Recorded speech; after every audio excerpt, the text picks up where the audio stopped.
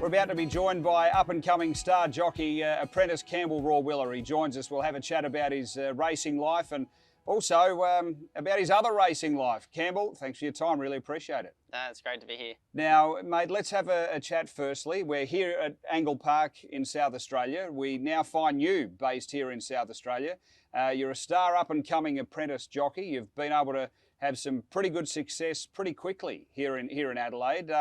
What are you doing here? How did you find your way here? Yeah, obviously heading to WA, things are pretty set in stone there, and once the borders sort of locked up, I was given an opportunity by Mr. Ryan Balfour to make a move over here, and it's something I'm really glad I've taken up because it's been a really worthwhile move and really loving my time in SA.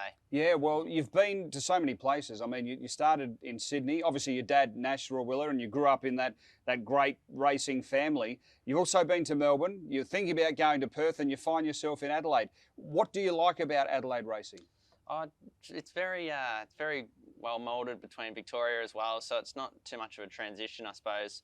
When the riders are really, really good riders. Everyone's very welcoming, and it's just been something that's not such a big transition, I suppose. So it's been very good. I've been here before and had some luck, and it's it's been really worthwhile coming back for sure. Yeah, and we find you here on a 3-month loan. You touched on WA. I don't expect you to declare your hand as to what your future holds, but could Adelaide be somewhere you stay a bit longer than the planned 3 months at the moment? Oh, definitely. It's once again kicked off definitely on the right foot, and it's something that I'd really definitely look into as the time comes closer to extend. And like I said, the team's been fantastic to me.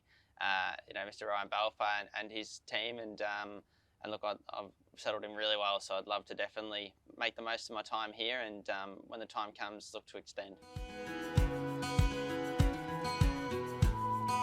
Well, one of the other main reasons we wanted to have a chat to you was quite an extraordinary story, yours, given you're able to straddle a couple of industries. You have a history in Melbourne of training some greyhounds. Where did the interest in greyhound racing develop for you? Yeah, look, I love the dogs. I know my uncle growing up at the stables, he always had a whippet, and Did he? and there's a pretty close relation there. I just love the speed, and once I got into the greyhounds, it's a whole new level. And look, they're lovely dogs. I love the racing, and definitely training them. I really take a great thrill out of programming a dog and getting it ready for a certain race. And look, everything about it's been fantastic, and I've definitely got the bug. I love the industry and the people in it. Yeah, so take me a bit more into that world, because it's really interesting to hear you talk. You speak with such passion about planning and the sort of the puzzle that it is of training a greyhound as to where you get them and hard fit and ready to go. Just before we get into that aspect of it, being a jockey, you've got to have a relationship with an animal, being the horse. Being a trainer, I would imagine you've got to have a relationship with the dog on some level. Do you find that, or are they different, a jockey to a trainer relationship? Yeah, definitely. I suppose with the horses, when you ride them track work in the mornings to the race day, it does make a big difference how they are. I suppose mentally, if they're not happy and they're not racing at the 110% best, it shows race day. And I suppose with the dogs, you got to keep them happy, and on top of that, if they're racing well and they've got a really good life outside of racing, it all molds into one. So look, I found definitely having the dogs enjoying what they're doing and keeping them fit and sound, it's definitely similarity to the horses.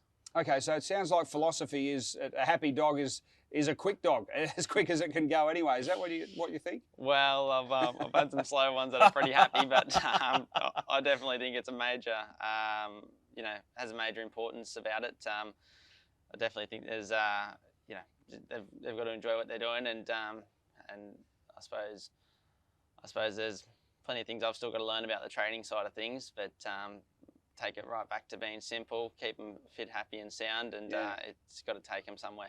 And tell us a bit about your greyhound journey so far. So as a trainer, how many greyhounds were you training in Melbourne? I was training 3. I also just had tried greyhounds from off other trainers, which was, for me, perfect, just learning.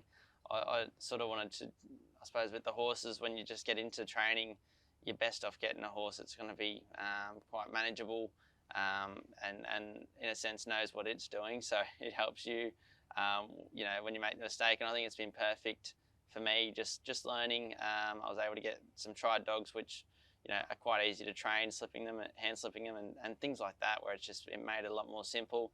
And look, you know, it's been fantastic. I own all 3 dogs that I used to train now, and they're all going really well. So it's been a real exciting journey, and I've been loving every minute of training and owning them.